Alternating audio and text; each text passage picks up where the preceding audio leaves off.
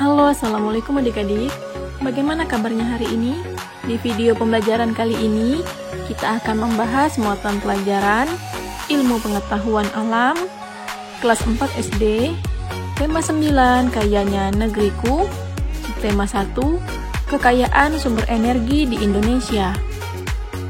Pembelajaran 1, Pemanfaatan air sebagai sumber energi alternatif.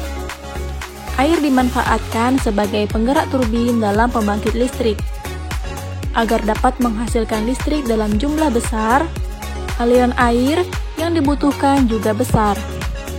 Oleh sebab itu, perlu dibangun waduk atau bendungan sebagai penampung air. Dengan adanya waduk, pasokan air untuk menggerakkan turbin dapat terjaga. Sebagian besar pembangkit listrik di Indonesia memanfaatkan air sebagai sumber energi. Pembangkit listrik yang memanfaatkan sumber energi listrik tenaga air disebut pembangkit listrik tenaga air atau PLTA. Berikut ini beberapa PLTA di Indonesia yang memanfaatkan waduk. Pertama, PLTA Sigura-Gura yang berlokasi di Tapanuli Utara, Sumatera Utara.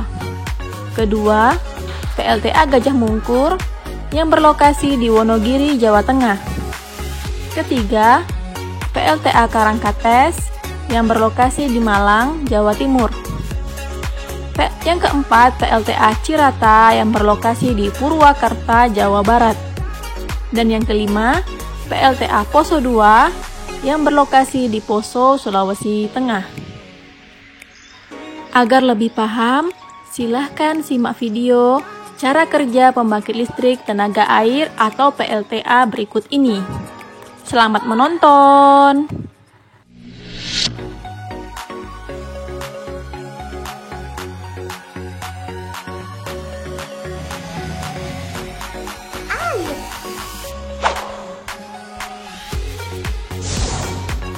Seperti kita tahu bahwa air mengalir dari tempat yang tinggi ke tempat yang rendah. Gerakan alami air tersebut dapat kita manfaatkan menjadi energi listrik. Air yang mengalir dilewatkan melalui turbin sehingga turbin akan berputar. Putaran turbin akan menghasilkan energi yang selanjutnya akan diubah oleh generator menjadi energi listrik. Listrik yang dihasilkan generator akan dialirkan melalui kabel-kabel listrik hingga dapat digunakan untuk kehidupan sehari-hari. Setelah kalian melihat cara kerja PLTA dalam menghasilkan listrik, apakah kalian sudah paham bagaimana listrik dihasilkan? Nah, setelah listrik dihasilkan, tentu timbul pertanyaan, untuk apa listrik itu dihasilkan? Setelah listrik dialirkan ke rumah kita, maka listrik itu akan diubah menjadi bentuk energi yang dapat mengoperasikan peralatan yang ada di rumah kita, seperti kompor listrik. Kegunaannya untuk memasak dan memanaskan makanan. Setrika, kegunaannya untuk merapikan pakaian kita yang kusut. Teko listrik untuk memanaskan air, lemari pendingin atau lemari es untuk mendinginkan makanan dan minuman. Selain contoh-contoh peralatan listrik di atas, dapatkah kamu menyebutkan peralatan yang ada di rumah kamu yang menggunakan listrik serta fungsinya? Silahkan komen di kolom komentar ya. Pembelajaran 3, sumber energi berdasarkan ketersediaannya. Yang pertama, sumber energi yang tidak dapat diperbarui. Sumber energi yang tidak dapat diperbarui yaitu sumber energi yang akan habis jika digunakan terus-menerus. Sumber energi ini membutuhkan waktu yang lama hingga jutaan tahun agar terbentuk.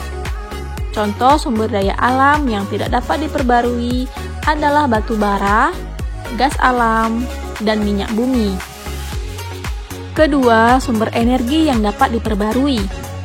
Sumber energi yang dapat diperbarui adalah sumber energi yang tidak akan habis jika digunakan terus-menerus. Sumber energi ini dapat diperbarui oleh manusia atau melalui siklus, seperti halnya air. Contoh energi yang dapat diperbarui adalah air, matahari, hewan, dan tumbuhan.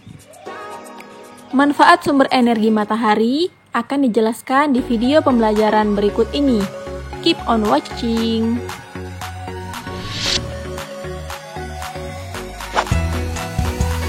Manfaat sumber energi matahari.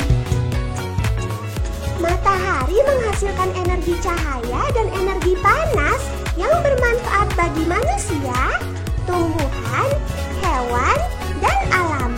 Kita simak manfaat sumber energi matahari melalui peta pikiran berikut ini yuk. Manfaat sumber energi matahari bagi manusia. Energi panas dari matahari dapat dimanfaatkan untuk mengeringkan benda basah. Misalnya mengeringkan pakaian basah setelah dicuci, serta mengeringkan makanan seperti kerupuk dan ikan asin. Energi panas dari matahari dapat membantu proses pembuatan garam. Energi panas dari matahari menguapkan air laut yang ada di tambak garam, kemudian air laut akan mengkristal menjadi garam. Energi cahaya dari matahari bermanfaat untuk menjaga kesehatan tulang. Energi cahaya dari matahari dapat mengubah provitamin D di dalam tubuh menjadi vitamin D yang berguna untuk kesehatan tulang. Energi cahaya dari matahari bermanfaat sebagai sumber energi pembangkit listrik tenaga surya atau PLTS. Energi listrik yang berasal dari PLTS dapat digunakan sebagai sumber energi alternatif untuk menggantikan sumber energi berbahan bakar fosil. Energi panas dari matahari bermanfaat sebagai penghangat tubuh. Misalnya pada bayi. Suhu tubuh pada bayi mudah mengalami perubahan. Nah, energi panas dari matahari ini dapat menghangatkan tubuh bayi. Manfaat sumber energi matahari bagi tumbuhan. Energi cahaya dari matahari membantu proses pertumbuhan tumbuhan. Tumbuhan yang terkena cahaya matahari lebih maksimal dalam menghasilkan makanan untuk proses pertumbuhannya.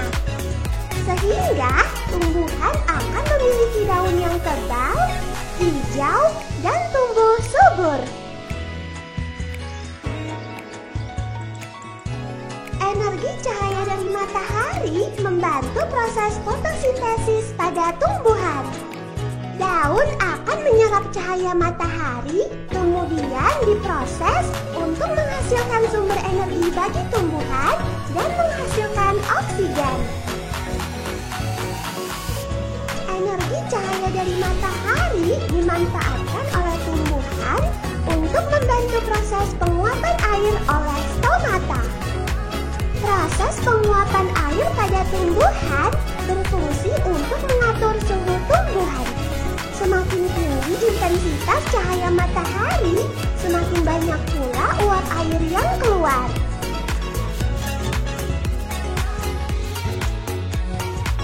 Manfaat sumber energi matahari bagi hewan. Energi cahaya dari matahari bermanfaat sebagai sumber vitamin D pada hewan.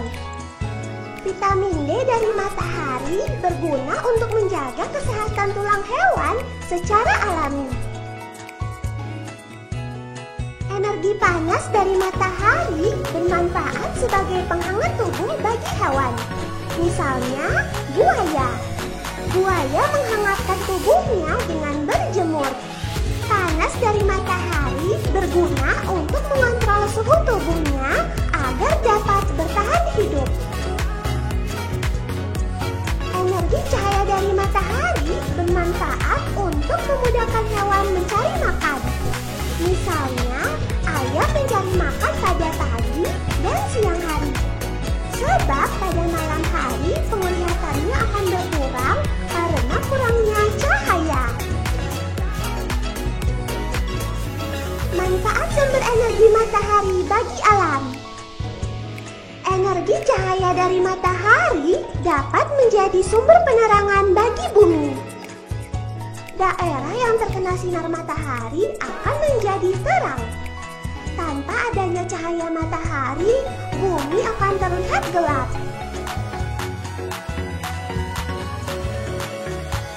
Energi panas dari matahari dapat menjadi penghangat suhu bumi. Daerah yang terkena panas matahari yang cukup dapat ditinggali oleh makhluk hidup. Energi panas dari matahari dapat membantu proses penguatan pada siklus air. Panas dari matahari yang sampai ke bumi dapat memanaskan air di lautan sehingga menghasilkan uap air. Uap air akan naik hingga membentuk awan. Selanjutnya, awan tersebut akan menghasilkan titik-titik air atau hujan yang jatuh ke laut.